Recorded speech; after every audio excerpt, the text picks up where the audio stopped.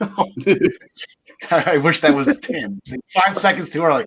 Ladies and gentlemen, welcome to the Essential Wrestling Podcast. Normally, on these little open segments, I try to do something a little quirky, a little goofy, something fun. Some more times than not, something really stupid. This time, I'm going to switch it up a little bit. I'm going for the moment. So here we go. My stepdaughter, Kira, she gave me a little, I guess maybe an early Father's Day gift.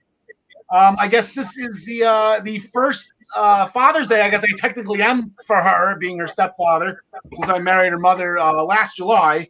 She got me these little coasters right here, and let's see who's on these coasters. Right, so first one, there we go, Triple H. I believe that was his last championship run when he won the Royal Rumble, so he got that one good. We got her favorite, and also as well favorite of the show, Alexa Bliss.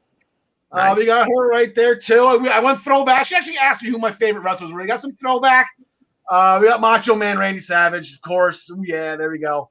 Cream of the crop. And then here's, of course, my favorite one.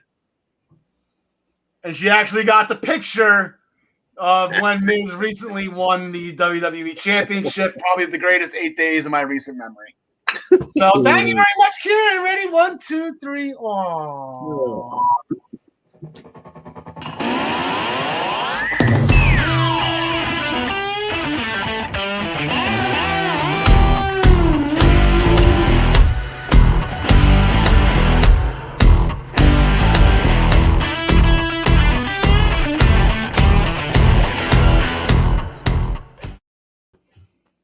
All right, now let's get back to some nonsense, some chicanery, some shenanigans. Ladies and gentlemen, welcome to episode 54 of the Essential Wrestling Podcast. We are taping a little bit early today, so for those of you, James Wheeler, the man with 3 H's, and everybody else that likes to chime in the comments section, unfortunately, we won't be able to take those today. We are not ignoring you.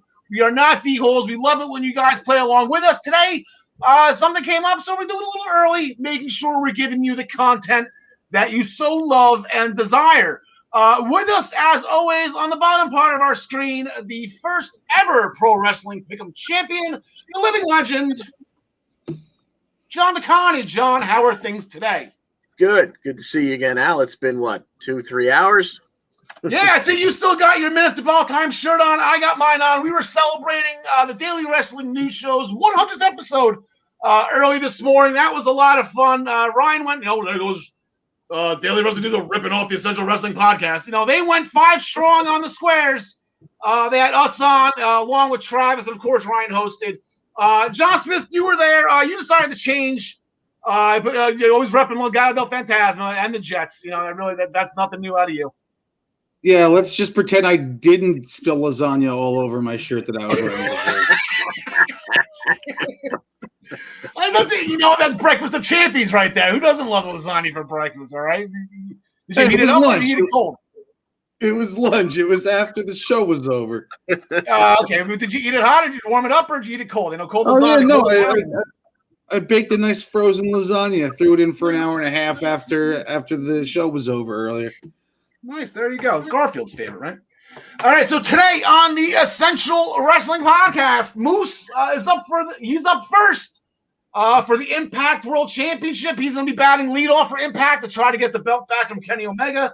We have the first-time champion on SmackDown after 10-plus years in the country. Kushida and Santos Escobar with an absolute thriller on NXT. Gary Mehaffy is back this week. He was a little under the weather last week, took the week off. He's back, and from what I saw, he has a brand fresh new haircut, so he looks good. He's back with us to discuss the NXT UK and the absolute travesty of Xia Brookside not being in the number 1 contenders match last Thursday on NXT UK. You might hear some curse words out of me. Ryan Joy from MinutesToBellTime.com and the 100th episode of the Daily Wrestling News Show. He will be here with us to talk a little bit about Ring of Honor. And then, he'll always be on for AEW. He's our senior correspondent. We make our picks for this week's upcoming shows. You'll see the graphics and the statistics always presented by MinutesToBellTime.com. And, of course, our picks are always sponsored by ProWrestlingPick'em.com. Play against your friends. Play against the universe. And, guys, I can't stress this enough. She'll like it. we're going to main event the show with a new champion on All Elite Wrestling that was crowned, ironically enough, on Rusev Day. But we are going to curtain jerk the show with the pay-per-view, the WWE event from this past Sunday. We have WrestleMania Backlash, 6 amazing matches. You only see a 6-match card, and you're like, what the hell are they doing? But this was an absolutely incredible show wrestling-wise. John DeConnie. The main event was, of course, the head of the table. Yeah, and these two went everybody got a good amount of time to do what they do on this show, and I think that's what made it so good because they've got a lot of talented stars. Well, these two got almost a half hour. Roman left the Usos backstage. He was going to do this all on his own. He went out there and tangled with Cesaro, and the two of them just, the back and forth grappling early on. Then Cesaro tweaked his arm a little bit, and Roman focused right in on that arm. At one point, he got the upper hand after about the first 5 to 7 minutes or so, and he had Cesaro down, and he was punishing him. Looked right into the camera and name checked Daniel Bryan. Basically, this one's for you, D-Bry, as he continued to slam on Cesaro. Cesaro would get his comeback as you would expect. He hit that. I absolutely love it every time it happens. I'm never not impressed when he hits his deadlift superplex from the second rope from the outside in. Yeah. That's just fantastic. That got him a 2 count. He went for the neutralizer, but Reigns countered it into an armbar, continuing to work on that arm. Cesaro got it free, but he took a Superman punch for his trouble. He got locked into the guillotine, got out of the first one, was able to roll it into a sharpshooter, but the head of the table kicked out of that or shook his way out of that. He put that guillotine back on, and it was nighty-night for Cesaro. He didn't tap, but he went to sleep, took a nap, and the Universal Champion retains. Yeah, but wait, there's more. And then after the bell, because that wasn't enough of a letdown for Cesaro in his first ever singles championship match, Seth Rollins kind of shared a moment and a look with Roman as he made his way down to the ring, and then proceeded to beat the living hell out of Cesaro in a suit that can only have been made by, I don't know, some kids shooting paintballs at a white suit. I'm not sure. That was a straight up white suit walking into the building, and 3 kids pummeled him with a paintball attack. Actually, somebody posted a picture. Apparently, way back when in Ring of Honor, Seth was wearing a white suit and it got bloodied up, and the blood dripped down the top part of the suit. So I don't know if that was an homage to that.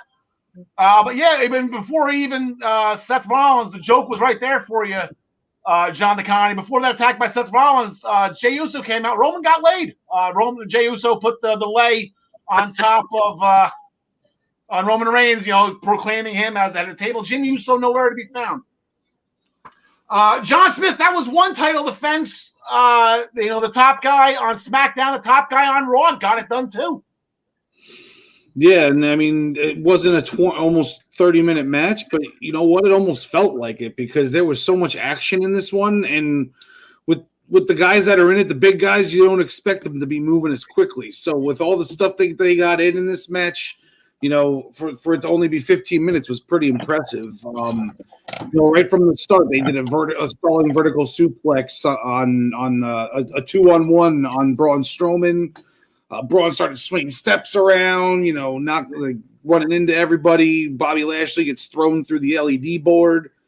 The second that happened, I turned to my son and I said, what's going to happen is Drew's going to get Braun in the ring. He's going to get the advantage. He's going to have him beat. Bobby's going to spear him, out of the way, or throw him out of the way and steal the victory. And that's exactly what happened. But just that it was predictable from that point forward, it doesn't mean anything. It's just, I think we just been watching for too long, and we know how they like to end some sort of matches. But this was not 5-star, but close to it, especially for the guys involved. And I always forget, like I said in our text message, earlier that I always forget how good Braun is when you can actually let him go and you let him work and you don't handcuff him to a certain expectation or style of promo, or you need to get, you script his entire match. You just let him go, and this is what happens. Very nice. Shout out to Braun Strowman. In the women's division, we had 2 championship matches. On the Raw side, Rhea Ripley, she got the win. She defeated Charlotte Flair and Asuka in a triple threat. Asuka took a boot from Charlotte. Charlotte was on the outside of the apron. Charlotte fell off. Asuka got hit by the boot, turned right into a riptide, and Rhea Ripley retained. During that match, though, Charlotte hit that double natural selection, and she had both of them covered. I'm like, there it is. Oh, those 3 points are just ripped right away from me. John LeConte, Bianca Belair, she had to defend her title as well. She sure did. Her and Bayley, they locked up early on. Bianca threatened the hair whip fairly early in the match, and it kind of like made Bayley stop in her tracks there. So that threat was kind of looming the whole match after what she did to Sasha to win the title with that hair. And then Bayley got pissed off at that. She wound up taking her down by. Thank God she wasn't wearing those enormous hoop earrings, because Bayley basically took her down by the earlobe at one point. Mm-hmm. She suplexed her on the floor. She raked the eyes behind the ref's back. She hit the Bayley to belly and was, thought she was going to get a pin right there. But then Bianca turned the tables on her a little bit. There was a little bit of, little skullduggery by Bayley all the way, all along the match. And then the champ used her 8-foot braid to wrap up and hold down Bayley and just kind of rolled her right up for the 1, 2, 3 and retained.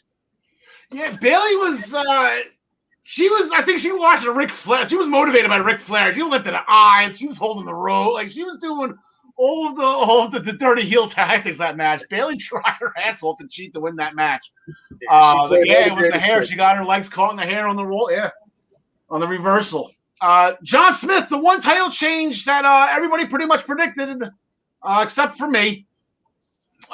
Ken Griffey Sr. was up first. He hit a home run. Then here comes Ken Griffey Jr. right behind him. He hits a home run as well. So we have the first father-son combination to win tag team championships. Yeah, we didn't know if this was actually going to be counted towards the pool, because Dominic got beat up backstage, and we thought it was going to end up just being a 1-on-2 between Ray and the Dirty Dogs. But, heroically enough, Dominic comes down halfway through the match. The Mysterios pull it off. First ever father-son tag team champions in WWE history, which is pretty cool and actually kind of surprising to me, because you'd think that, in their 60 or however long year history, that there would have been a father-son tandem at some point, but I digress. Yeah, and it was, shout out to Dom Mysterio. He keeps paying tribute to his biological father, Eddie Guerrero, by doing the frog splash as the finish. And then the final match on the show wasn't the main event, but it was in the middle right there. The final match for us to talk about. Damian Priest defeated The Miz after he hit the lights in a lumberjack match where the ring was surrounded by all the former members of Retribution, and they didn't look well at all. They did not age well whatsoever. And apparently Retribution was looking to get a piece of Miz's superstardom as they crowded him post-match, and it looks like will we not be seeing The Miz for a while, so we will put this up here. We will, we'll end the show this way. We'll put him, I didn't get a graphic in time. We just found out that apparently he tore his ACL during the match. Miz cried wolf, law of averages. You keep on saying something, you keep on saying something. He kept on saying he was never injured, and lo and behold, there it happened. So I'm going to keep on saying I've never won the lottery. So we'll see if it works for me as well. Here are the standings for the WWE side of the Essential Wrestling Podcast pool. John Smith nailed it. There you go, 6-0, perfect pay-per-view. With the early lead, Ryan Joy and Gary Mehaffy, they each went 5-1 with 17. Tyler and Travis also went 5-1, but they put their money on Cesaro, so they lost a couple points on that one. Mrs. Charlotte didn't get it done for me, as well as Rude and Ziggler, and then John DeConnie. I believe you went with Drew McIntyre, which is why you were a little bit lower than I am. But John Smith, here you go. You now have the perfect pay-per-view lead, putting Backlash right next to Blood and Guts on your resume. Anything you want to say in celebration, John Smith? I'm just happy that I'm above Gary Mehaffy now, just like Santos is above Jordan Devlin. Rewinding to last Friday on SmackDown, we have history, John DeConnie. As I mentioned on the headlines, for the first time in 10-plus years, Tamina's got some gold. All right. Yes, indeed. Yeah, and she figured heavily in this match. She took she got the finish. So Nia had taken, was it her that she took out early in the match? She hit a Samoan drop outside up against the barricade early on in the match. But in the end, Nia would hit another Samoan drop on Natty in the ring, not realizing Tamina was legal. Tamina hits the Superfly splash on Nia, new champs. And I think the best part about this match is that they gave, instead of giving these ladies 3 to 4 minutes, they gave them almost 10. So, and you know, and it paid off because they let them do what they do. They have professionals here. You let these ladies do what they do, and they're gonna deliver. So Tamina and Natty, new champs. Kayla did a little interview in the ring afterwards. Both women were visibly emotional. They thanked each other. They thanked the universe. It was a really nice, feel-good moment that probably should have happened at WrestleMania, but better late than never. Here's to you. Yeah, the dreams do come true. Hard work pays off. 10-plus years. Tamina was always there. She was never released and came back. She always stuck with the grind. And she has rewarded me. We talked a little bit. Let's digress for a second. We talked a little bit this morning on Brian's 100th episode of the Daily Wrestling News Show. What we want to see, whatever. And I guess a secondary women's championship was discussed. These are doing okay because now Tamina can have some gold while not being a world title because that was always so this is a nice secondary title. I think. I know the tag team. We have to do 2 of them. The division itself is a little scarce, but this is serving the purpose that it does. Tamina can finally say that she is a champion in World Wrestling Entertainment. In another match that was Backlash related, King Corbin defeated Shinsuke Nakamura after reversing the armbar triangle into a pin. Nakamura hit Corbin post-match with a Kinshasa, stole Corbin's crown, and now I think we have to call him Kingsuke Nakamura, right? That's his name now, Kingsuke? He has the crown in his possession, so it looks like this feud's going to be going forward, and I really like this pairing. So hopefully... I think he's an emperor. He's an emperor because he's in Japan. He's Japanese, so he's Emperor Nakamura. There you go. Right? Well, does that make Corbin president? There's no kings in the U.S. either. Well, he won King of the Ring. He won the King of the Ring. That's fair. Kingsuke. Okay, I can hear it right now. And then actually, there was a huge huge thing. All right, so Commander Aziz was presented the Medal of Honor for his bravery and loyalty to Apollo Crews, and the Intercontinental Championship turned into an absolute bleep show with Apollo Crews and Commander Aziz. They're already out there. Sami Zayn came out. Kevin Owens came out. Big E came out. Bleep was thrown everywhere. So Postman Pierce decided to make it official for this Friday night on SmackDown. We have the Intercontinental Championship match being defended in a fatal 4-way. Damn, Sammy 0-9. Really, pal? Come on, Sammy. Let's go. Wow. Get that smile off your face. Start cheating. Let's do this. But Apollo Crews, he's going to be going against Kevin Owens, Big E, Sami Zayn. Of course, Apollo Crews will have Commander Aziz at ringside, John DeConnie. Who do you got? Oh, I have no feel for this match because, I could literally see anyone walking away with it, and it could – lead to a further storyline. So I'll go with my heart and say KO gets it done here. All right, John Smith. I think it's too soon for them to be taking that title off of Apollo. I'm going with him, especially because Aziz is going to be there. Yeah, I completely agree with that. I'm going to go with Apollo Crews as well. This is actually working. I like that this thing is going with those two. So might as well keep it going. That will do it for SmackDown, and we will rewind to, I guess we'll fast forward from SmackDown, but rewind in reality back to last night, Monday Night Raw. We had two stories unintentionally, I guess, intertwined here. So the show started. Bobby Lashley came out celebrating his championship win from Backlash. He offered out an open challenge, which was immediately accepted by Drew McIntyre. But Drew, kind of jumped the gun here. MVP specifically, he's not just specifically stated, but after the fact, this isn't offered to Braun and this isn't offered to Drew since Lashley just beat him the night before. So going with that later on in the night, all of a sudden then we see Riddle playing, some games here, trying to get the New Day and Randy Orton to become friends. And history has shown us, especially in recent months, as of 2 years ago, the New Day and Randy Orton do not like each other, specifically Kofi Kingston and Randy Orton. So that match actually ended up happening. Kofi Kingston got the win. Raw roll-up, it's back. I think we had a 2-week break of it. The Raw roll-up is back. Distraction by Xavier Woods. Playing the trombone, Randy got rolled up. And we're just going, before we go forward, Riddle did not look happy with that. He did not like the chicanery by the New Day to get that win. So it seems like Riddle is kind of siding towards Randy in this whole thing. But then now it comes time, John DeConnie. Fast forward to the main event, to Bobby Lashley's WWE. Here comes Lashley ripping off Sheamus. Championship Open Challenge non-title match. So leading up to this, we had Sheamus say, "I just might answer the Open Challenge tonight." We had Mason T-Bar flipping a coin to figure out which one of them was going to answer the Open Challenge. We had Damian Priest say he might. We had Shelton Benjamin say he might. And in the end, Kofi Kingston comes out. Okay, sure, whatever. So we find out that it is non-title as we're getting into it. MVP drops that bomb as well. So these two lock horns for about 10, 11 minutes.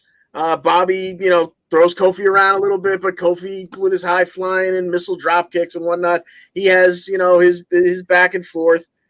And we get towards the end sequence here, and MVP decides he's going to get involved. He gets close to the ring, is about to deliver a cane shot with that very nice walking cane with the big skull on the top of it. And Drew McIntyre appears out of nowhere, stops MVP from interfering, takes the cane away. Bobby takes a swipe at him, through the ropes. Drew uses the cane, boom, right in the gut, which allows Kofi to get the roll-up and the non-title 1, 2, 3. Roll-up is back in full force. We're going to bring it up one more time towards the end of the show, but it took a couple weeks off, so it came back with a vengeance. John Smith, little heel-on-heel action yesterday. First match of the night was AJ Styles and Elias. Yeah, Monday Night Raw, sponsored by Fruit Roll-Ups, right? Yeah. Yeah, what are we talking about here? Oh, yeah, AJ Styles versus Elias. They went for a good, 5-6 minutes, but then Jackson Riker just gets involved. I'm very upset that we never get to see an Elias match go like beginning to end, like just a nice, clean Elias match. Whether he wins or loses, there's always some sort of something that has to happen, or the guitar gets involved, or he doesn't even get the match started because somebody cuts him off or something like that. So that's my only shot at this, is that, like, can we please just get Elias out there in a clean match? But it looks like we're going to get the two of them versus AJ and Omos for the titles at some point. I mean, Riker got involved, caused a DQ. AJ won by DQ, but this is definitely not over. No, it's not. Yeah, I think that's just the way to drag it out. Just a non-creative way to drag it out. But heel on heel, you got to expect either one of the two, either Riker or Omos, was going to get involved at some point. So it's, to be continued. John DeConnie, Alexa's Playground. I kind of overthought this. She had Natty and Tamina on there. Now, I wasn't thinking that Alexa directly was going to do anything to Natalya and Tamina. They were celebrating their new tag team championships on Raw. They're now allowed on both shows, so they popped up on Raw. And they defended against, it was a WrestleMania Backlash against Nia and Shayna. But I thought this whole thing with Alexa Bliss was to lure Shayna into the playground, because Shayna's leg gave out of nowhere when Lily was at the top of the ramp. So I kind of thought this was a way to lure out Shayna, but it wasn't to be. The Natty and Tamina kind of got weirded out a little bit when Alexa asked them what their favorite color was, because that was pretty random. And so they bounced, and that was the end of it. So then they walked the aisle and they had WrestleMania Backlash. Yeah, well, it seems as if Alexa's Playground was meant more to expose us to the comedic timing of Tamina, because watching her freak out just about every time Alexa opened her mouth really gave me a chuckle. Yeah. So we fast forward to 20, 30 minutes later in the show. We get the match. We get Natty and Tamina defending against Nia and Shayna, the former champs. And about 2-3 minutes into it, Alexa makes her way out, top of the ramp in front of the Tron. So far, so good. Nothing's really happening.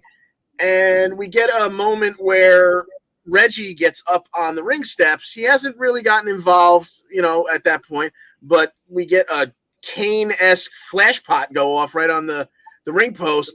Sends him flying back into the barricade. We're worried he might be very injured.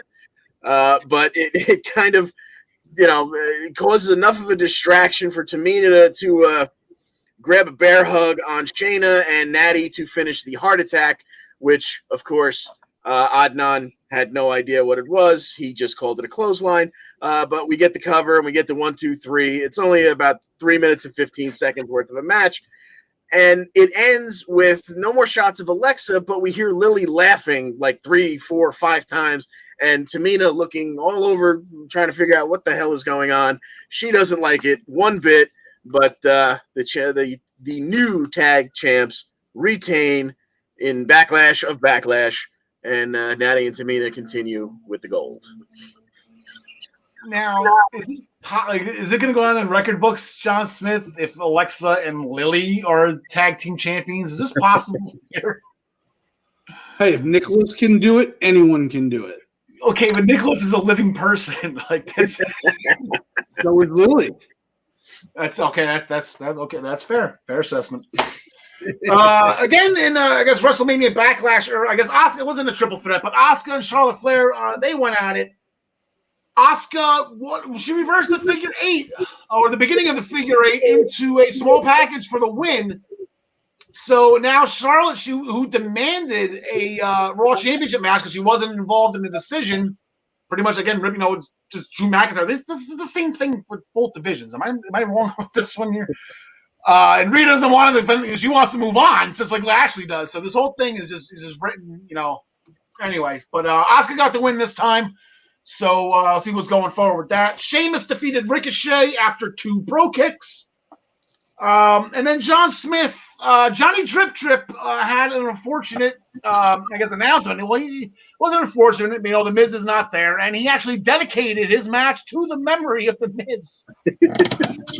Yeah, how was the Miz gone and not Johnny Drip? He got pulled down by the zombies too. But yeah.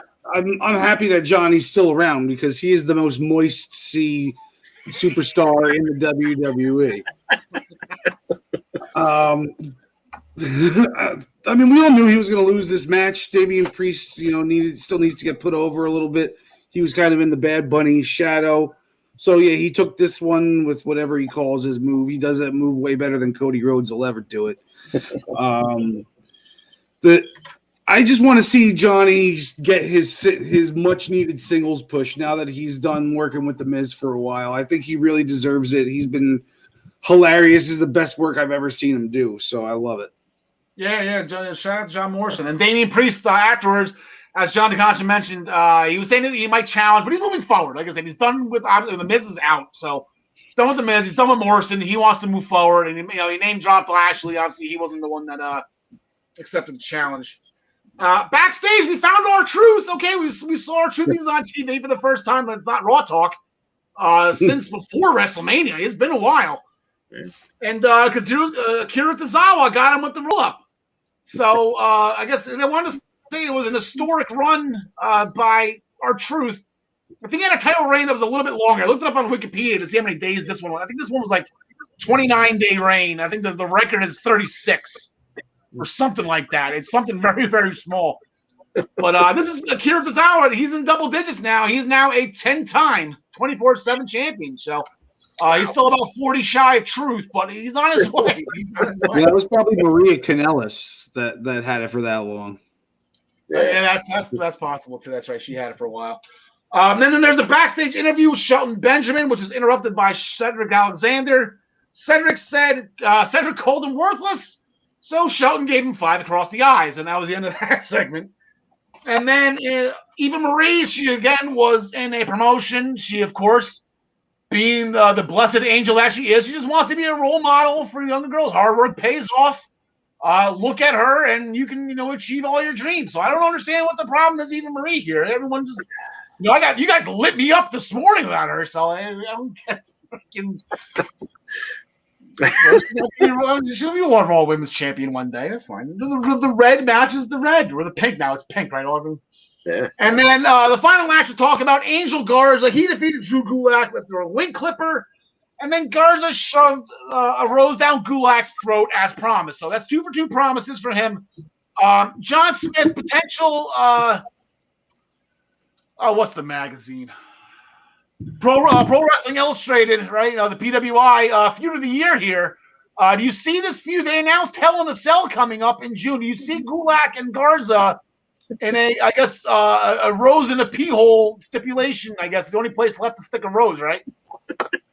Yeah, right. No, I don't think this is going any further than it's gone already. Drew, I think they're going to be pushing Angel Garza pretty high, not to the moon, but I think he's going to get a nice push, and this is just the start of it. And Drew's going to go back to chasing after R-Truth. Okay, so Zelina's on her way back, so Garza might have some help soon. Yeah, Zelina, she's been spotted, and people are saying she's resigned. We don't have any confirmation or word on anything, so we actually can't report on that. But apparently, she's been seen down in the Performance Center, so. We will see. Gentlemen, we are going to bid you adieu for a little bit, not too long, so don't go far. Say hi to your loved ones. Go get some groceries. As we bring in back after a week off, Gary Mehaffy, fresh haircut, looking sharp. How is everything going? Gary, you feeling better, pal? Sorry, I'm just crying. The thought of The Miz being injured for 9 months, I can't. Oh. And this will end our segment, the UK segment with Gary. Reinfeldt did not too bad last week. I don't think you're not expendable here. No, doing well. All good. So yeah, glad to have you back, pal. In all seriousness, and I got bones to pick right now. This Amal girl, I liked her, and now I want her ass kicked. She cost Cyan Brookside the #1 contendership. Yeah, I mean, we had this talk of who we thought was going to go for it. I did think Millie McKenzie, but Zaya was my outside bet. And then when I saw they'd done an injury angle, I was like, no, of everybody to take out, don't take out Zaya. I'll be depressed for a week. But this is horrible. I was heartbroken. But yeah, so she they had a backstage segment. Amal wanted to be the replacement, and Sid Scala basically told her, listen, you're not going to be the gauntlet. The next time you're going to be in the ring is going to be Zaya Brookside, and she's going to, and I'm thinking, you're going to get her ass kicked. So I'm yelling at the screen with Sid Scala. So that'll be that match will happen at some point, in the near future. But then the gauntlet started. Amelia went out early. Isla Dawn went on a little bit of a run here. She got Amelia McKenzie out early, and she got who was the next one after? Subculture. Danny Luna. She got her out right away. So, but then here comes better get Mako. Yeah, I actually thought they missed a trick because I thought either they started Mako's music slightly too early or Isla was reacting to slightly too late because she was sitting on the ringside giving it all this, and the music had started about 5 seconds before she had the panic look. But I think what it does do, and NXT UK are very good at this, is that although obviously we ended up, or Isla didn't end up winning it, as you say, they gave her a lot. She went over very strong. She was made to look good. And yes, Mako went over Isla during it, but they made Isla look strong, that okay, again, her time's coming. She's moving on up. She's getting more emphasis. So even though she didn't win, she still had that feature. But then, panic not, because Mako won. And yes, the guy Mehaffy, Female Wrestler of the Year 2094, appeared. And Jenny came out for the end. Yes, exactly. Then after that, our Forever Champion came out and she congratulated Mako with a super kick. So yeah.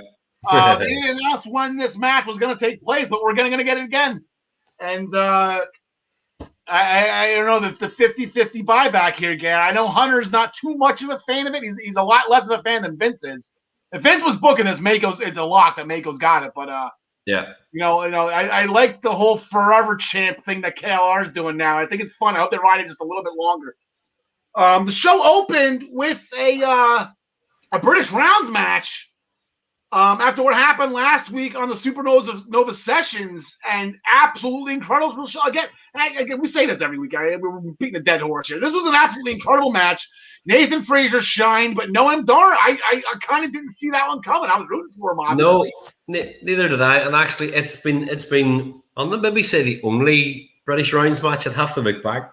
Like, it was where there wasn't really a downtime. It was all action, very fast paced. A lot of the British Rounds have been feeling each other out and so on.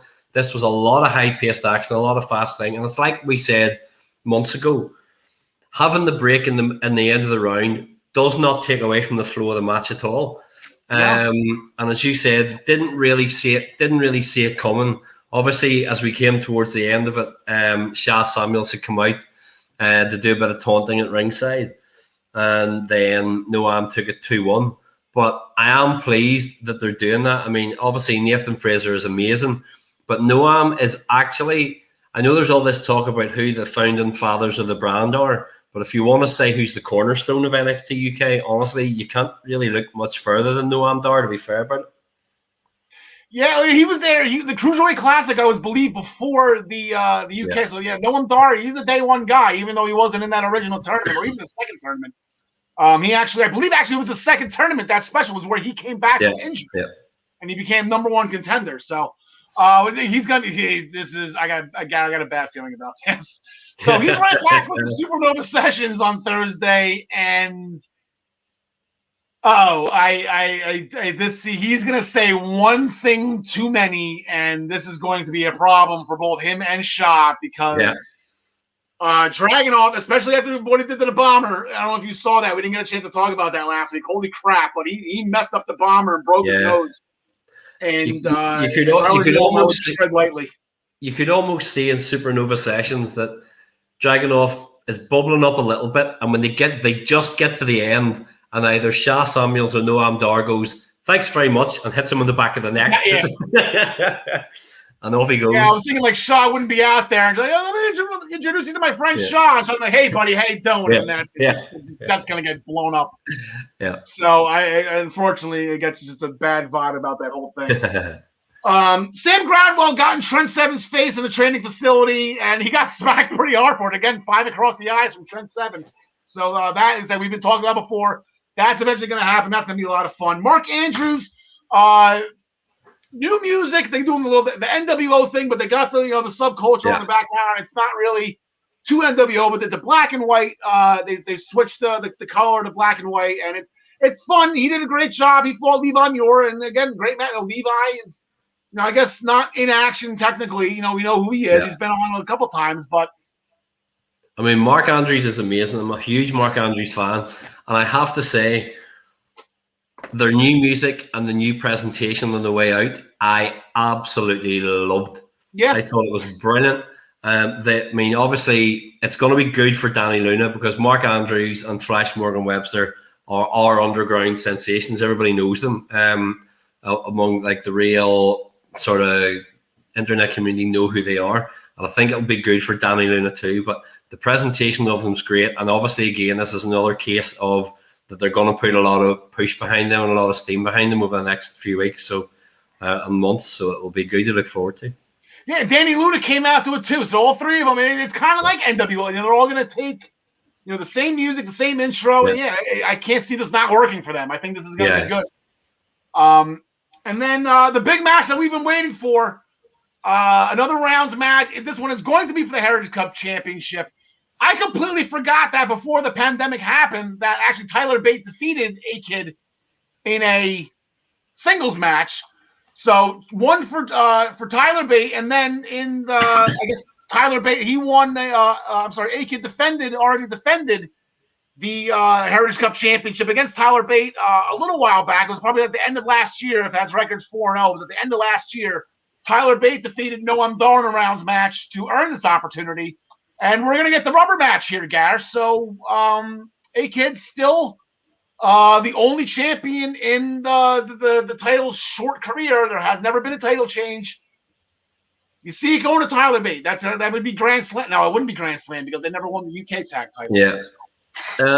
It'll be interesting because I think as when you looked at it, you had I'm not a massive fan of this Tyler Bate Obi-Wan Kenobi type, really cool, chilled. But he was very much like, no, I've got this. And you could see that he got under A-Kid's skin. So it'll be an amazing match. And it may be the case, I think, that it's been a while, as you say, it's been a while since we've seen any titles change hands. It's a while since anything's happened. And I could almost see that A-Kid does something to almost cost himself the title. And Tyler Bate wins. So I am hopeful that there'll be a Heritage Cup title change. Yeah, I'll roll with A-Kid on this one. I'll go against it. There's no reason. It's a coin flip. I honestly have zero idea what's going to happen in this. There's no wrong answer. That's the fun part about this. You walk this. I'm not rooting for anybody. I really, really like both guys, and I'm going to be okay with the outcome. So, who cares? Who cares? Just sit back, relax, and enjoy. Bring out the popcorn. Yeah. Gary, that'll do it for this segment this week. But again, unfortunately, your feud with John Smith is continuing as he has now surpassed you in first place in the Essential Wrestling Podcast. Shots fired by John, so now here we go. I'm going to give you your chance. I was nice. It's always nice to give the little people a little bit of hope. And so I just let him have his moment in the sun, and then the adults will come back and just take over very shortly, so it's okay. Okay. Gary, glad to see you again, pal. Haircut looks great. Glad to see you feeling well. And we will see you next week talking the winner of the Heritage Cup match. They shall see them.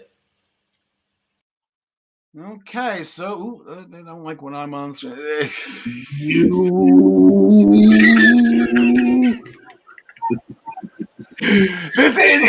turning into the Cameron grind. I'm sorry, what was that? I talked over you. It's the first time anybody's ever called me a little person. I like it. This is going to be like one of those things that's going to be back and forth all season long in the standings. And you're going to turn into Cameron Grimes like, Gary Mehaffy!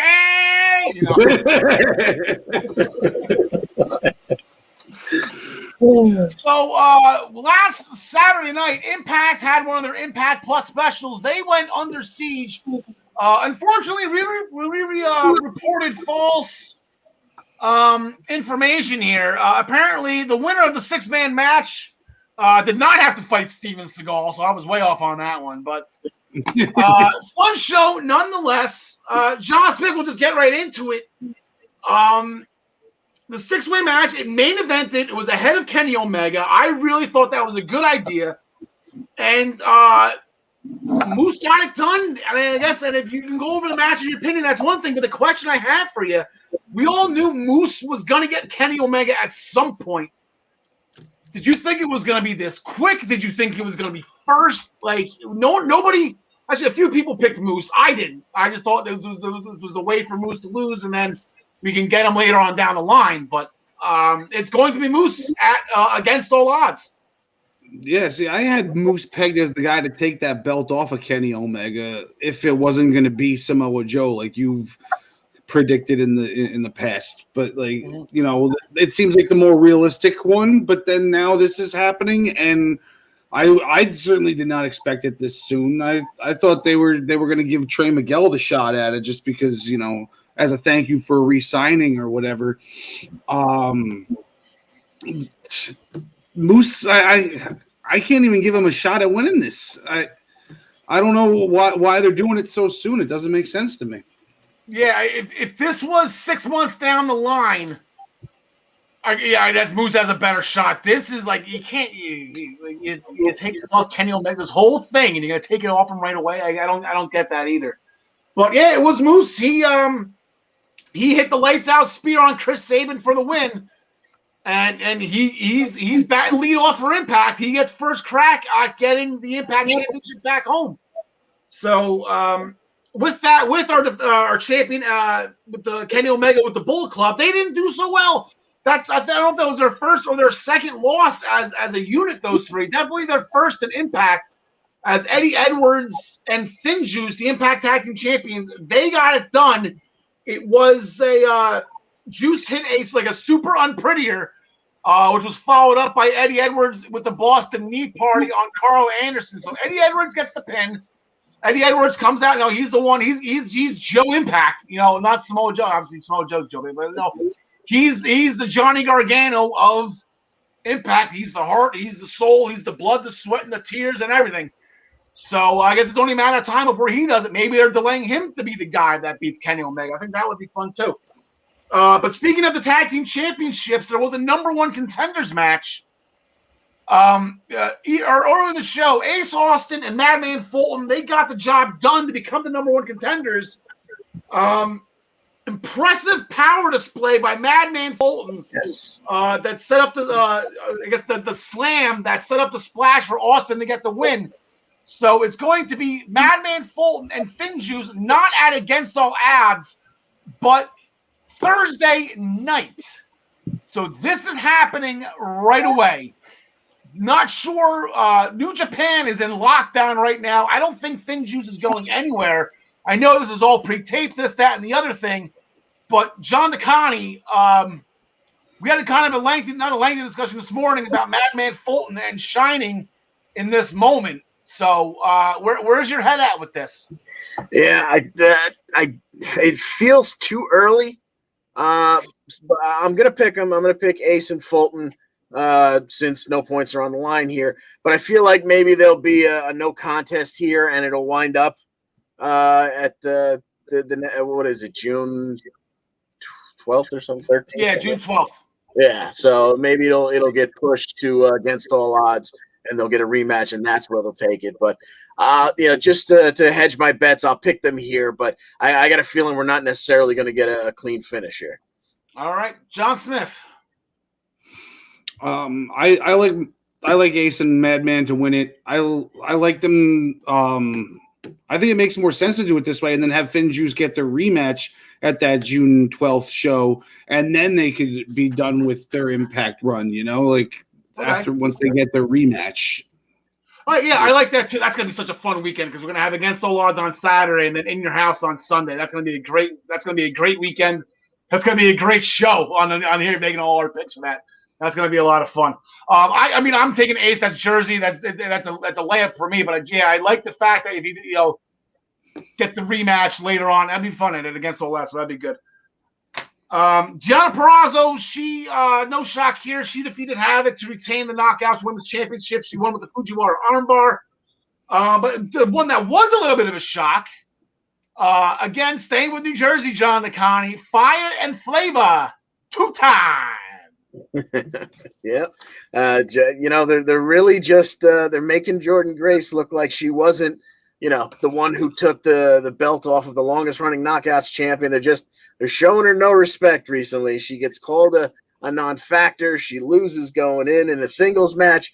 And then, what are you going to do? We get and the thing is, Grace and Ellering were overpowering these two, just tossing them around early on in this match.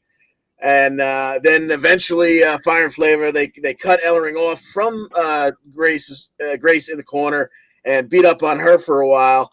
Grace makes the hot tag. She comes in. And the whole thing breaks down to chaos inside and out. Grace sets up for the Vader bomb, but instead gets kind of dropped throat first on the ropes. And then while Ellering and Hogan are battling on the floor, Steels hits a frog splash. And, the Brick City Boricua, New Jersey strong, new champs, new same old champs, two-time, whatever you want to call them, Fire and Flavor, Knockouts tag title, back in Jersey.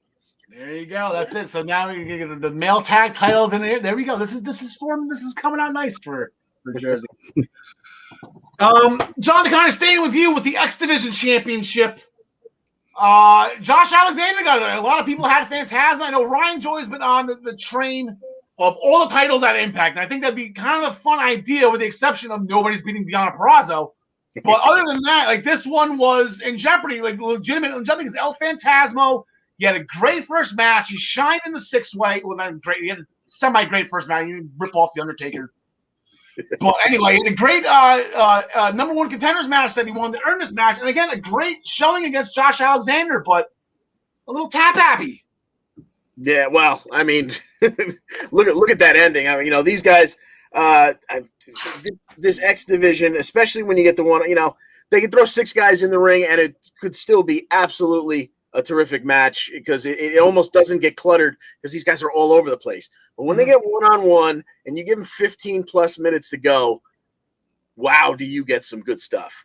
And that's exactly what you got here. You've got Josh Alexander, the walking weapon. He is, he's the skinnier Kurt Angle. He's a technician. He's a machine. And you got El Phantasmo that's just flip-flopping. He's all over the goddamn place. These guys, they fought to the outside at one point. Josh goes for a big chop. He hits the ring post. So now he's nursing that hand. El Phantasmo's cranking on the hand while he walks, 3/4 of the way around the ring and, flying all over the place. Josh tries an ankle lock probably 3 different times. And the first 2 times El Phantasmo posts up and kind of curls underneath.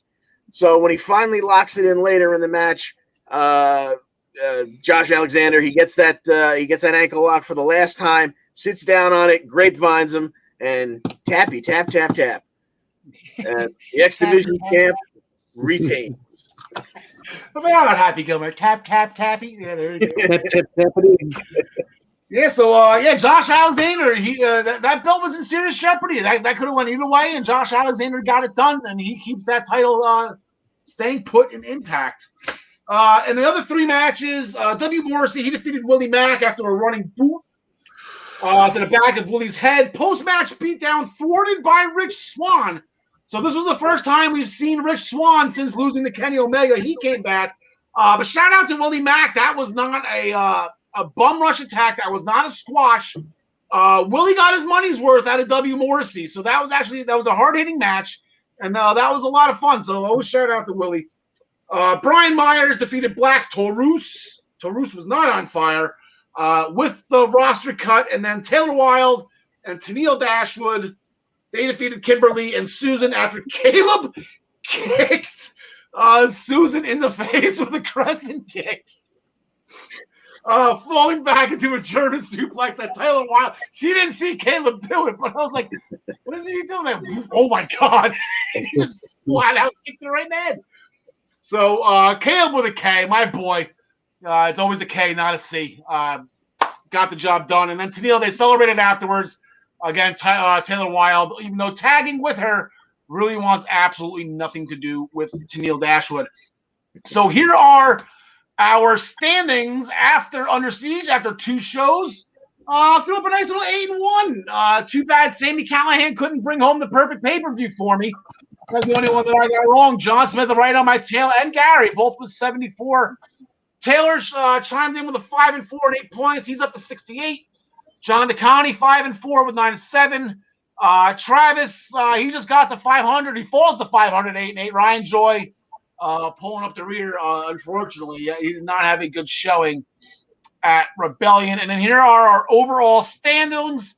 As I mentioned to Gary Mehaffy, John Smith has overtaken the lead after the perfect pay-per-view at WrestleMania Backlash. He has now surpassed Gary Nice solid lead. They're 8-point lead on Gary, a 10-point lead on me. John Nicani, Ryan, Joy, Tyler, and Travis round out the group. Again, if you would like to join this, actually, there's a gentleman by the name of Jushin Liger. He's been playing with us for a while. I believe he is actually in between myself and John Nicani. I know Dane Whalers. He likes to participate in these pools as well. He's a little bit towards the bottom. He didn't have a good rebellion either. So please join us on ProWrestlingPick'em.com. If you subscribe to the Central Wrestling Podcast pool, you're more than welcome to play against us. We love the competition. And as one by one, we'll all pass Gary, right? I guess that's the game plan. Not nice. No, it is not nice. I think Gary. Good to see Gary. Yeah. So with this, we are going to bring in Ryan Joy from MinutesToBellTime.com. Now, Ryan, again, chiming in the private chat of our studio here, that El Phantasmo was paying tribute to The Undertaker a couple of weeks ago. Okay, but you have to realize something here, Ryan, that El Phantasmo was a member of the Bullet Club. They don't pay tribute, they poke fun. Look at Matt Jackson. Matt Jackson last week, I'm sorry, I love you. Yeah, no, that was not paying tribute to Shawn Michaels and Ric Flair. That's what the Bullet Club does. Well, I mean, it's a huge group of guys that you're painting with one really wide brush there. That's the Bullet. That's what the Bullet for life. They ripped off everything. That's clearly the Undertaker. Clearly, Undertaker had a huge influence on El Phantasmo. You know, he walks the ropes and does the pin and everything. I think he's done a tombstone. I saw the Undertaker do a Death Valley driver off the top rope to the floor before. I think, didn't you? There you go. That's fine. That's perfect. That's not ripping off anybody. That's creative. Well, anyway, I digress, Ryan. I know it's always good fun to just stupid arguments with you. But you have some small Ring of Honor news before we move forward into AEW. Yeah, and this is great. Ring of Honor is making their return. They're having well, they've been back for a long time, but they're bringing fans back. And Al, I went ahead and got us a couple of tickets. The show's on July 11th. You going to be there? I think I'm busy that day. I gotta run that past my wife. I think I might be busy that day. Oh shoot, that's awkward. You're sure you were supposed to be there that day too? Yeah, no. I think we're both busy. So yes, July 11th at the Chesapeake Employers Insurance Arena, formerly known as the University of Maryland Baltimore College Event Center. Ring of Honor is bringing people back July 11th. So great news. It should be that promotion more than any other really lives on their fans. They still do like this. They do the streamers and stuff like that. The front row is always very, very rowdy. They need those fans back. So I think this is great. Yeah, actually, I've actually not that I attended UMBC, but I played against them in college hockey. That was a good stat boosting game. I was having solid 3-4 points against UMBC. I have fond memories of that college. Ryan, I screwed up. You're gonna stay on. You have your NXT notes with you. I messed up here. I will. I thought you might have, and I will pull those up. Yeah, I'll give you a second because we're going to start with John Smith because the Cruiserweight Championship main event of the show, 2 out of 3 falls. Absolutely incredible showing by these two. And Kushito's got his shoes back on. I guess he's done with Zach Gibson. Yeah, 2 shoes on. Right? Yeah, 2 out of 3 falls. We knew that this was going to be an awesome match going right into it. Escobar got the first win, got the first fall with I forget what the finish was, to be honest with you. But right before they were about to go to commercial break, Kushida slapped on the submission and tapped Escobar out, and it was 1-1 real quick. But it wasn't like because we were saying last week, as long as they don't do it in like 12 minutes, as long as they give us like a nice long match, then it's going to be good. They did do the second fall a little quick, but it flowed, I think, and it was a good way to go to commercial. And Kushida hits the I don't even remember what he hit to win the match, but he pinned him with the second fall. So he got a submission and a pinfall victory. So even though he lost the first fall, I think he still comes out on top. And Escobar can't really have a gripe at this point. No, yeah, I think this is actually done, and now you've got what you want, John Smith. Onward and upward for Santos Escobar. I know you want Karrion Kross again, because I know you love that match and you love that feud. But where are you thinking Santos goes next? Oh boy, that's tough. I haven't even thought of that. First person I thought of was Dexter, but he's got the indie stuff going on, and then possibly winning the title from Johnny, unless he wins the title from Johnny pretty soon, and then Escobar is his first program after that. Maybe that could be it. Maybe Tommaso Ciampa. Well, they're going for the tag team. Yeah, a lot of guys are already stuff. What's that? That's the thing. Everybody's got like a course that they're headed on already right now. There was another championship match that night, Ryan Joy. I'll throw it to you. The women's championship. This was defense number 1 for Raquel. How'd she do?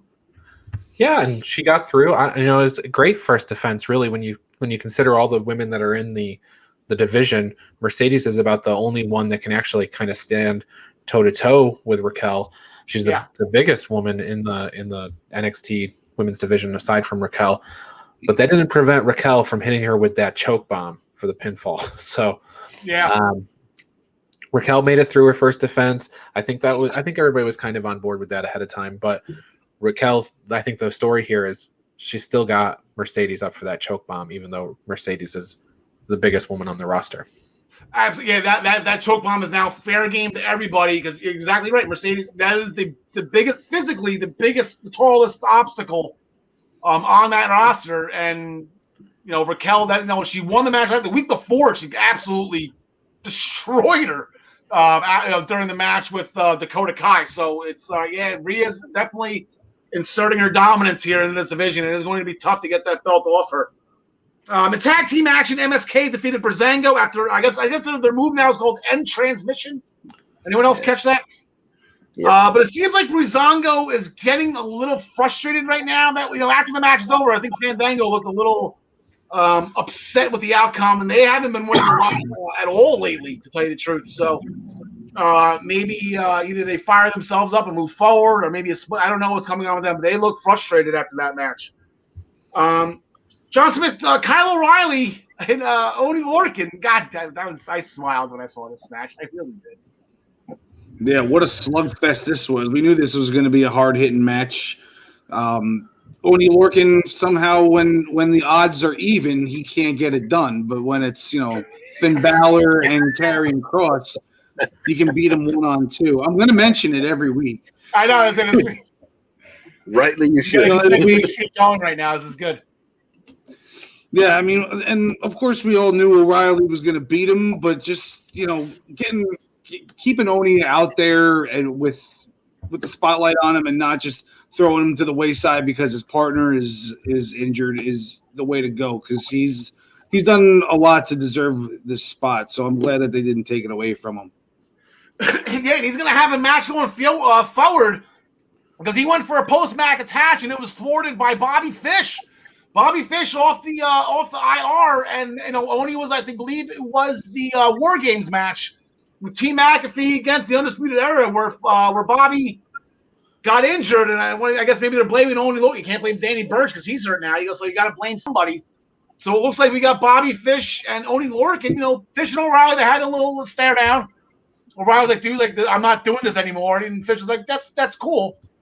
He owes me one, though. I'm going for him. It's nothing to do with you. I owe him. So that's where I don't think we're gonna get another Undisputed Era explodes here. But it looks like Bobby and Oney, and that's gonna be a sneaky fun match if Bobby's 100%. So, and then I guess that always begs the question, John DeConnie, how many fish could Bobby Fish fry if Bobby Fish could fry fish?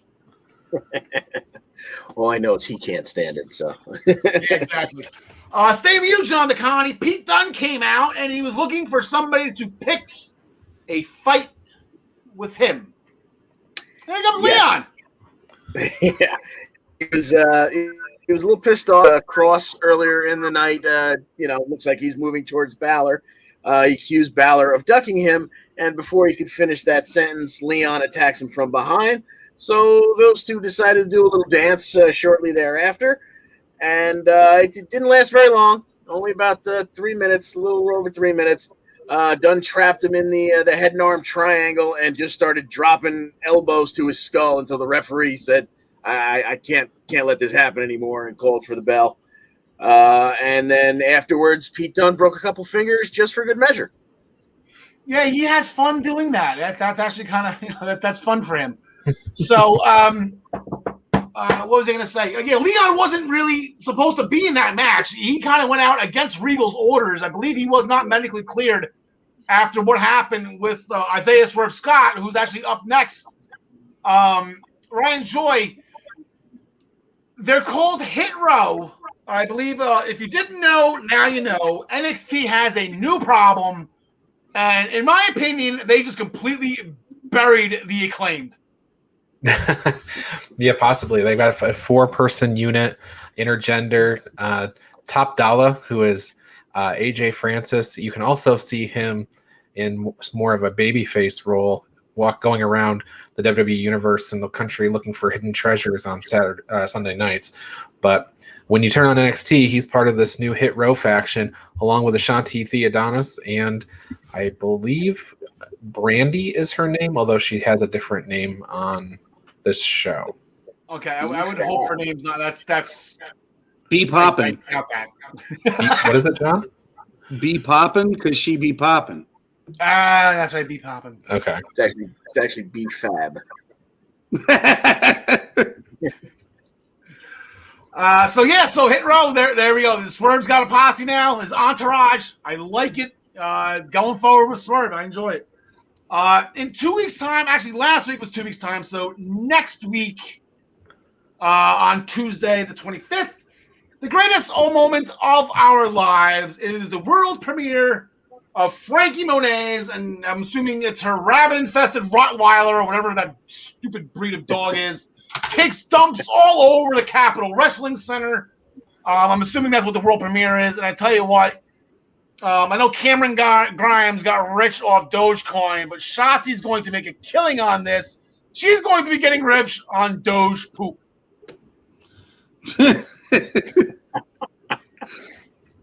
It'll never get I old. think I can retire the Shotzi Blackhawk poop. I made 2 today, and I made 1 last. I think that the horse beating done with Shotzi. Okay. Wait a minute. It looks like Frankie Monet will be making an in-ring debut next week. And speaking of Cameron Grimes and Dogecoin millionaires, he was at a house auction, was looking to buy a house, had a little bit of a battle going with somebody who you couldn't really see his face in the beginning. Like, who the hell is this rich guy? Who could it possibly be? Grimes got up to $8 million, and then the other guy said, screw it, he threw up a 20 spot. Oh my God. So that's too rich even for Cameron Grimes' blood, and it turns out it was once again the $1 Million Man, Ted DiBiase. Thank you, Ted DiBiase! But I guess, Ryan, as you were telling us in pre-production here, there was a picture of Ted DiBiase outside, potentially, the Capitol Wrestling Center. We can see Ted live. And yeah, I think we can see him. It seems like they're kind of advertising that he'll be in attendance as opposed to being in a pre-taped video. So I guess he'll be there. Okay, but Al, so I want to bring up that photo that you put up a few seconds ago. I know it's down now, but I was pretty sure that was not the old picture. That was a direct message from you to Shotzi asking if these were still available. I'm pretty sure that's what I saw there. Is that what I saw? I believe so. Yes, it is. I'm more about what the dog put in the tank last week. That's why I was trying to contact her if she's still doing this. Whatever you're into. So the Ted DiBiase, now, if he's in attendance, does that mean he's sitting with the fans, or did he buy out the whole arena? I guess that is the main question. We will find out tonight on NXT if he shows up. What we all know is going to happen is Zoe Stark. She did a video promo. The gym is her home, and we're finally going to get her versus Toni Storm. Toni Storm. John Smith, who do you got? I know you got. I got Toni. I don't think she should lose twice to Zoe. She might cheat to win, but I think she's got to win this one. I'm agreeing with you by hook or crook. Ryan Joy. What I like about that graphic is that I spelled Tony 2 different ways on the same graphic. Yeah, there's a couple of them. Wait, there's more coming. I noticed a couple.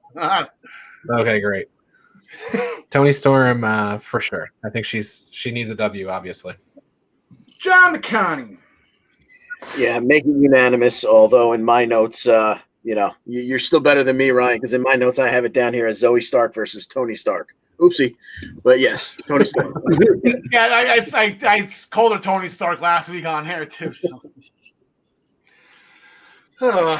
Okay, and then John McConney, the last match we're going to talk about, actually opened the card last week. The match, I believe it was the episode, it was right before WrestleMania weekend, where you guys made your picks for NXT TakeOver Stand and Deliver, where the three of you came up with a wild idea where what would happen if Austin Theory fought Karrion Kross. And it lasted longer than the 90 seconds that I think I had predicted, but it still was pretty much what we kind of figured. Theory actually, after that unbelievable entrance that Kross has, Theory didn't even want to step in the ring. Luckily, he had Papa John there. Gargano got in his ear and used that age-old, sports cliche, originally coined by the great Michael Scott. You miss 100% of the shots that you don't take. So these two. All right. No. You quoted Wayne Gretzky too as saying it, so yeah, that's exactly.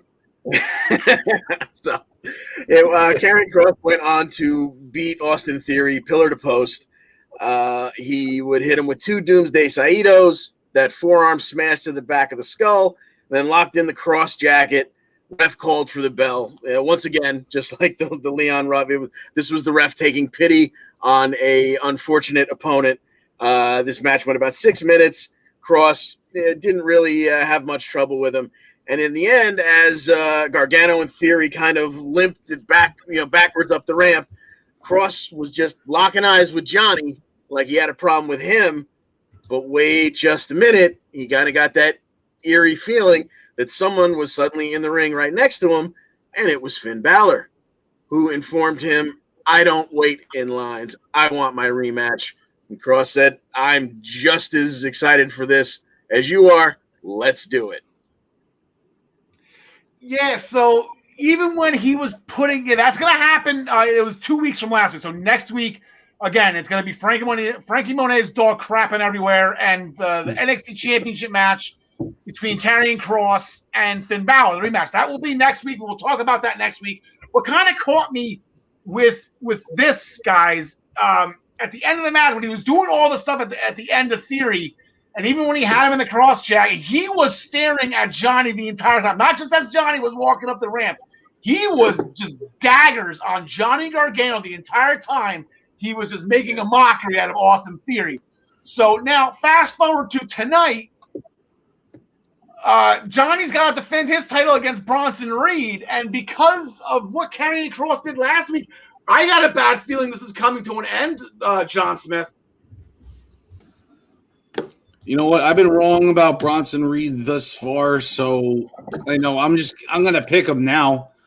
It seems like Karrion Kross has it out for Johnny. Maybe he'll be part of the reason Johnny loses, or he can get involved to counteract Theory getting involved, perhaps. Maybe a tsunami off the top for the win. The top of the cage. This is a cage match too. So Ryan Joy. There's a cage. How does Kross get in?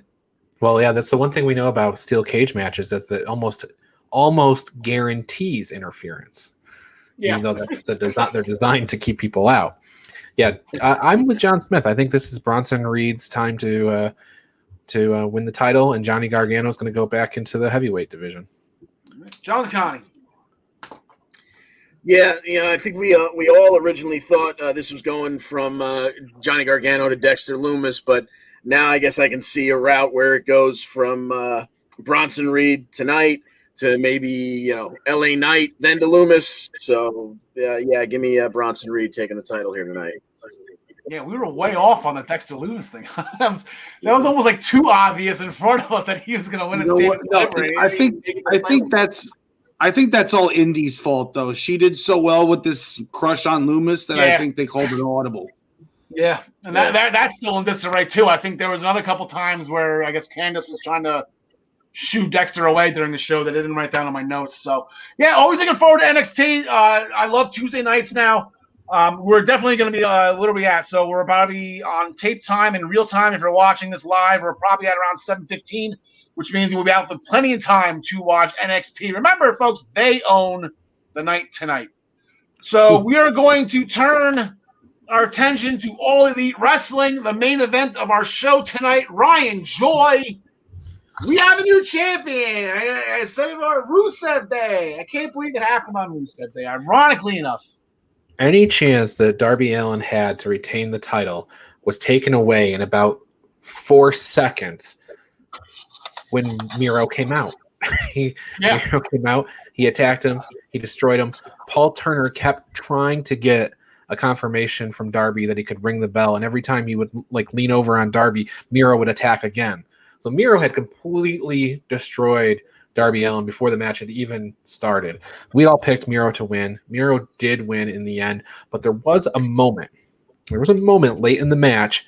You know, you had your Scorpio Sky and you had your Ethan Page come out. You had Rocky Romero in the crowd. You had Lance Archer and Jake Roberts in the crowd. There was a moment toward the end of the match where Darby has realized that he's losing. And Sting has realized that Darby is losing. And they make a little eye contact. Sting's the eyes from Sting said, yeah, I've lost titles before. It sucks. They did a little fist bump. Darby played all the hits, all his moves, and then Miro kicked him in the back. Game over. Ref stop. New TNT champion. Yeah, I the way that match started, I'm like, this might go down as the fastest bell-to-bell championship match in AEW history. I thought he was going to kill him, stand him up to ring the bell, only to drop him in the game over, and it only technically be an 8-second match. You know, I thought. But no, Darby gave it the old college try. He tried. He got a couple moves in here or there, but that was just I don't have any idea. And Archer came out after the match, right? It's going to be looks like Miro and Archer going towards Double or Nothing, and that is going to be very hard hitting. That is going to be I think that's something that a lot of people are going to be looking forward to. Speaking of Double or Nothing, John Smith, there was a match to determine the number one contender and the challenger for Kenny Omega. We know Moose has him on the Impact side, but who's going to get him on the AEW side? Well, it's actually going to be both of them. Hey, look at that. Kenny had to stick his nose in and get involved in the match. You know, the match was going nice. Pac, I think, had the upper hand, and then all of a sudden, you know, Kenny thinks he's just going to have no opponent by just taking them both out and ending it in a double disqualification. But that's not the case. So now we have a triple threat match going forward. Yeah, so here's the question. I asked it to Ryan Joy in pre-production last Thursday morning. I believe John Connie, I believe you were in that conversation earlier. The Thursday guest listener. John Smith, I will ask you this. How devastating is the Pac kicked Cassidy in the back of the head and then hit him with a Liger bomb? How devastating is Pac to the point where Cassidy was outside on the ring? He was out for the entire commercial break. He was out when they came back, and then when Kenny Omega hit Pac, and he still couldn't answer the 10 count. How devastating is Pac here? I think Orange Cassidy might have been hanging out with RVD backstage beforehand, maybe. Maybe. Man, he was you can't just put Triple H and Booker T to shame from WrestleMania 19. Everyone gives me slack all the time. Oh my God, Booker T stayed down it. Now, Orange Cassidy was down for 5 minutes and still couldn't get up.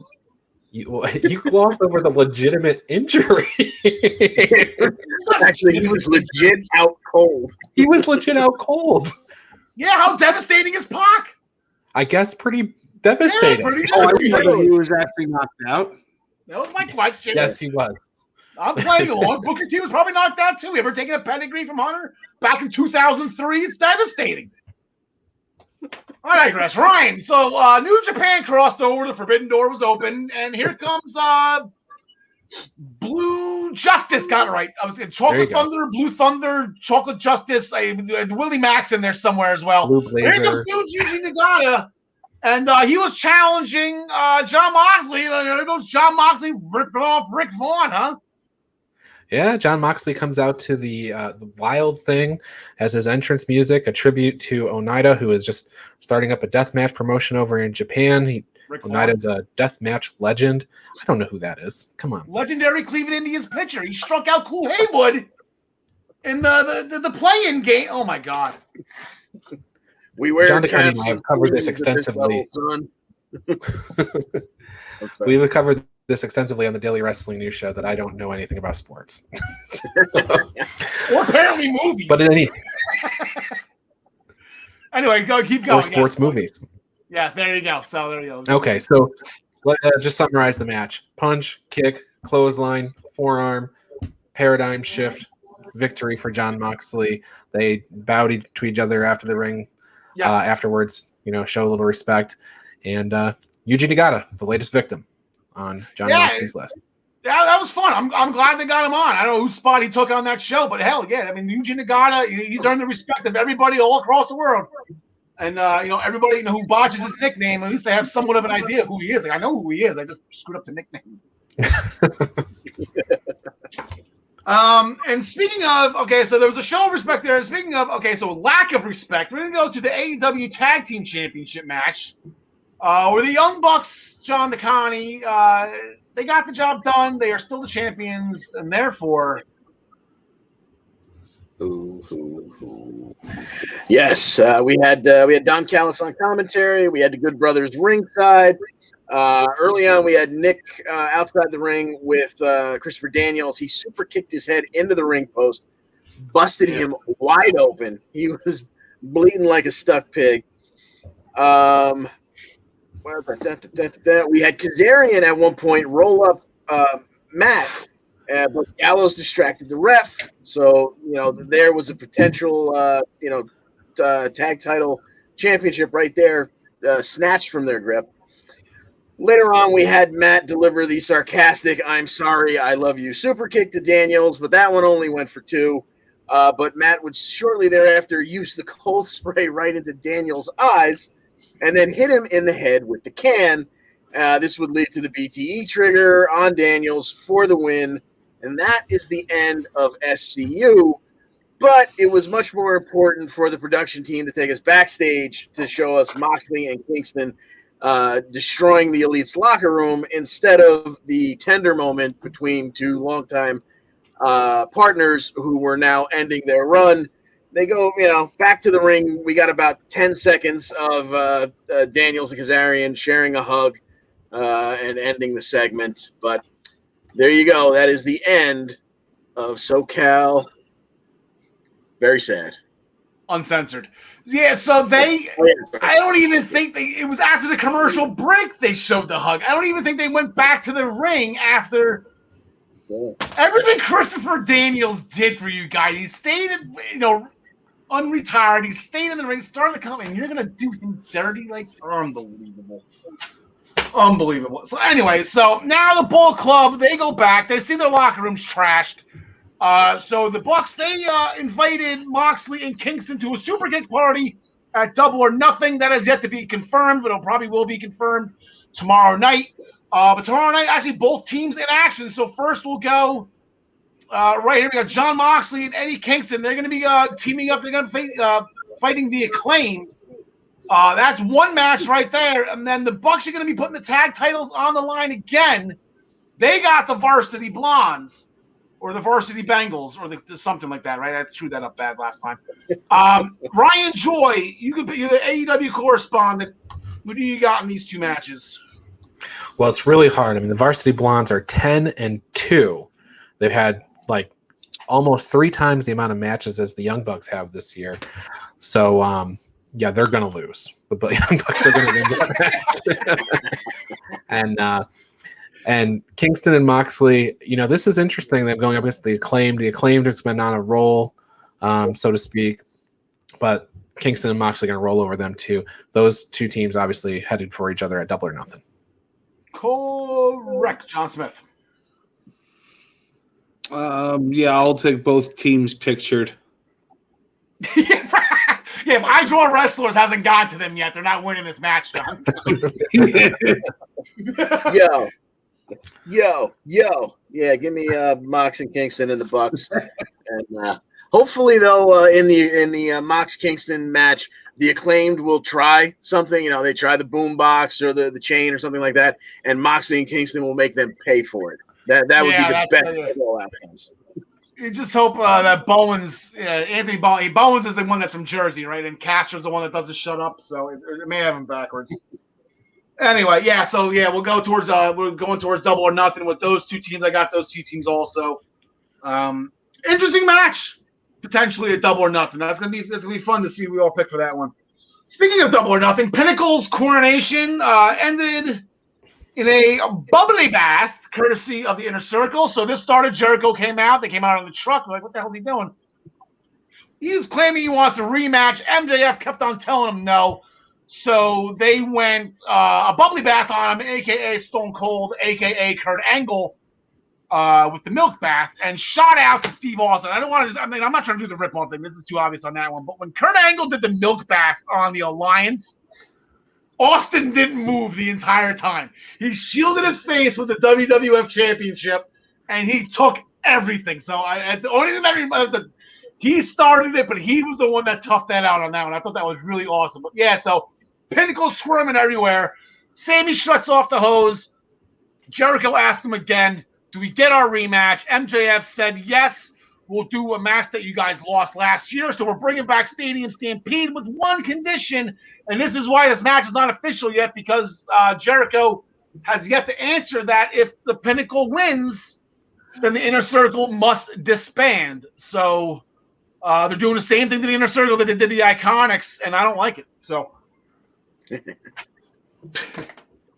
all that to circle around to comparing the Inner Circle to the Iconics. Anybody? No, I'll just put this over my head and then just freaking shame. Cody Rhodes did an in-ring promo, tired of Anthony Ogogo running down the United States. So for one night only, he's putting away the American Nightmare, and he is bringing back the American Dream. Brian, Anthony Ogogo has Austin Gunn tomorrow night, and you really enjoyed the promo, though. I'll let you have a couple minutes on that with me. Yeah, Anthony Ogogo, he had a promo last night on Dark Elevation, and it was mainly not really about Austin Gunn. It was about Cody Rhodes, and he's really well spoken. He's going to be a star at some point.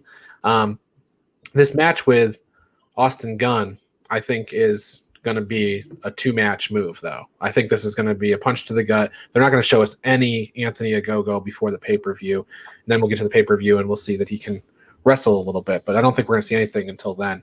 As far as the Cody Rhodes promo, I thought it was very good, and I like to kind of think of it as more of a concept. It's the American dream against the guy who doesn't like America. Not necessarily the American dream Cody Rhodes. It's the concept of the American dream versus this concept of hating America. That's how I go with it. Yeah, you say the cats and dogs is the rivalry of the story as long as time. How many times has the anti-American, whether it be Nikolai Volkov or Iron Sheik or Sergeant Slaughter or whatever, going against America, So this the story never gets old. There's going to be the USA chant in the crowd, and let's see where we go from there. Anyone going to give Austin Gunn a shot here against Anthony Ogogo? All right.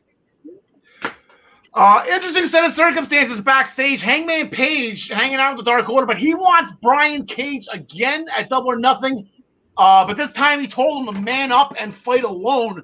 So the match that we all got wrong the first time around, we have to pick again. And I think it's like 5 times harder now because, Cage can win. So let's see. We'll talk about that next week, because I believe Double or Nothing is in 2 weeks, right? Not this weekend, but the next weekend. So we'll bring that up next week. Thunder Rosa was in action. She defeated In Action with the Thunder Driver. So we'll bring up the two women's division matches this week, tomorrow night on Dynamite. We have Hikaru Shida. She is going to be fighting Reba, not Rebel, or Rebel, not Reba. I still don't know which one is correct. But Hikaru Shida, the AEW Women's Champion, she will be fighting Dr. Britt Baker's sidekick. But then we have the NWA Championship on the line. We have the champion Serena Deeb returning from injury. She will be defending against Red Velvet, which is a sneaky good match. I actually really like that matchup, John DeConnie. Yeah, absolutely. This one should be, not a walkover. I don't expect Red Velvet to win, but I think we'll get exposed to a little bit more of her talent here, and Serena will eventually take it, though, I believe. John Smith. What he said. All right, Ryan Joy. Yeah, Serena Deeb beats Red Velvet for sure. Possibly a Thunder Rosa angle in the post-match area. Thunder Rosa has a match coming up on NWA someplace. They haven't announced the date, where she's putting her ability to wrestle outside of NWA on the line. So they need to get that NWA title back under NWA banner. And as for Shida, I think that you're going to get another post-match angle there with Britt Baker. That's got post-match attack. That's got post-match attack written all over. That's correct. Yep. I have to do that a lot more now that Miz isn't around. So just that'll be a crutch performance by Reba. Right, there you go.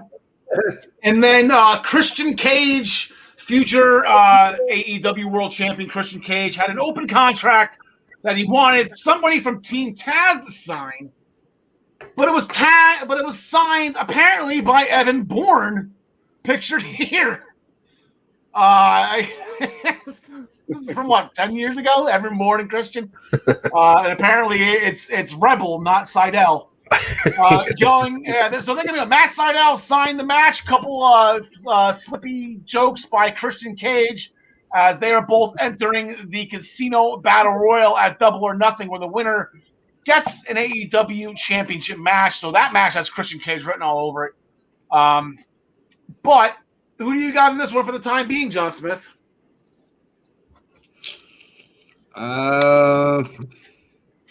It's tough. I think I'm going to go with Seidel on this one. I think he needs it.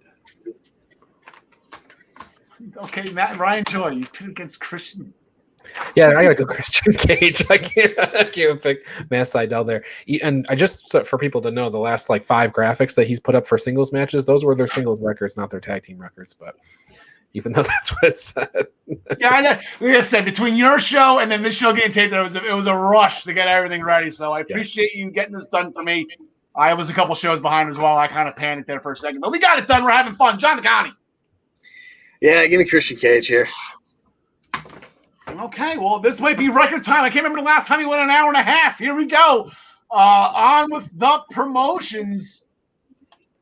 The Prime Time Rundown, powered by StreamYard with Joey Jarzinka, Ian Schreier, and Rob DeLuca, is now airing at 6 p.m. on Friday nights as they take you through the world of sports right here on all of the Eastern Observer platforms. Stanley Cup Finals started. The Stanley Cup Playoffs, they started. I'm sure they're going to be talking about that. Islanders have a big game tonight. I'm excited as they won Game 1 in overtime. For more information, please go to theeasternobserver.com, all one word with the in the beginning.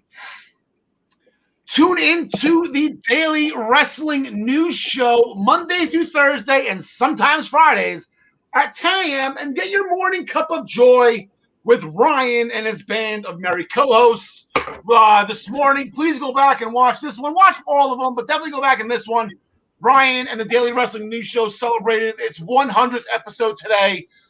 They went 5 boxes strong. The 3 of us were on, along with Travis Severance. It was a lot of fun, and we did some fortune telling, some futuristic telling. And at the end, I got killed for picking Eva Marie to be the next Raw Women's Champion. So it was a lot of fun.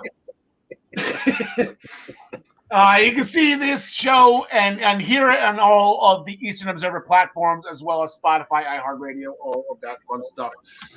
The Body Slam Brigade newsletter, over 4,200 subscribers received this weekly column.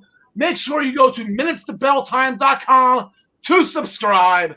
The Body Slam Brigade by Ryan, for you for free. The Black Cats NYC album, New Cake, is still on sale now on all of these music platform providers, Pandora, YouTube, Spotify, SoundCloud, anywhere where you can get music. You can pick up the Black Cats NYC new album, Free Cake. And then, as we've been saying all show, at the beginning of the show, and even a little bit towards the beginning, please go to ProWrestlingPick'em.com. The new season has started. The 2021-22 season of Pick'em matches has started. But that does not mean you are late to the party. It is more than a time. The season is a year long. It ends at WrestleMania 38. You can join in and pick all of the promotions that are here stateside, Impact, NXT, AEW, and, of course, WWE. Please join us in the Essential Wrestling Podcast pool, or you can create a private pool with your friends and play against them without any interruption from anybody. Play against your friends, play against the universe. That's where that line comes from. You can play against your friends, or you can play against the universe. Then you put the thumbs up and you wink, because she'll like it too. Join us back here next week. I forgot our graphic. Oh, my God. Join us back here late episode 55. So, oh my God, hour and 35 minutes. This is a new time. It's only 7:30. The Islanders are about to drop the puck, and we have about a half an hour until NXT starts, unless you want to go on to YouTube and rewind and watch the beginning of Dark and watch the 17 matches that are slated for that show, and nail a parlay at the same time, because you're going to get every match correct. Anything you want to say before we go, John Smith? No, I got nothing. All right. Man, a few words, but those words count. John the Connie. No, I think we covered all the bases. All right. Ryan Joy. Congratulations again on 100 episodes, pal. That was a lot of fun this morning. Glad to be a part of it, and glad that you're a part of it with us. And I said, when we found you and we agreed to this partnership, I remember on the first episode, you probably thought I was crazy. We're really glad that you're our friend, and this is a friendship that'll never, ever end. And I thought maybe that was a little bit too far, asking you to marry us on our first date, but here you are, still around, and we're glad to have you, and we wish you the continued success on the Daily Wrestling News Show every morning. It took me about 3 months to realize that was a Firefly Funhouse reference. Oh, you're serious? It took me I'm like, why is he singing to me? But on AEW Dark tonight, Diamante versus Chris Statlander. There's your one match that might be a little bit hard to call. Statlander. Yeah, I think that's probably right. See, AEW, right? The better wrestler usually wins. That's not a shot on Diamante, but Chris Statlander is just better. You know, the fact that we haven't seen Diamante on Dynamite since that tag team tournament. You know, it's Sonny Kiss and Serpentico. I know, Jersey. That's your thing, right? So Sonny Kiss. Serpentico's from Jersey. I thought he was from like Mexico. Sonny Kiss. Oh, Sonny Kiss. I think it said Serpentico. Well, that's who's wrestling Serpentico. Oh, Sonny Kiss is gonna whoop his ass. Yeah. The Brick Rose or the Powerhouse Rose. What's Sonny's name? The Concrete Rose. There you go. There you go. His ass, Sonny. Go get him. All right. Thank you very much for joining us. Alexa Bliss, we love you. Looking forward to you and Lily potentially winning the tag team championships. Tegan Knox, it's about that time. Let's go. Let's get to it. Come back. I said that you got to be excited about Dakota turning and winning the championship, and then Tegan returning. That's been my dream NXT Women's Championship match on a takeover for the longest time now. Circle back to those two. And then, unfortunately, I don't have the graphic now, but thank you to my stepdaughter. Miz, get well soon, buddy. I believe he needs, like, garlic and, like, a steak or something to get rid of zombie bites, right? Or something like that. Or am I just a silver bullet? Holy water, something. You know. Holy water. That's where we're going with holy water. So, get well soon, Miz. We will see you when we see you. Gentlemen, John DeConnie, take it home. Thanks for joining us. And as always, we wish you the best in all your future endeavors. Now, I got cut off this morning. All right, here's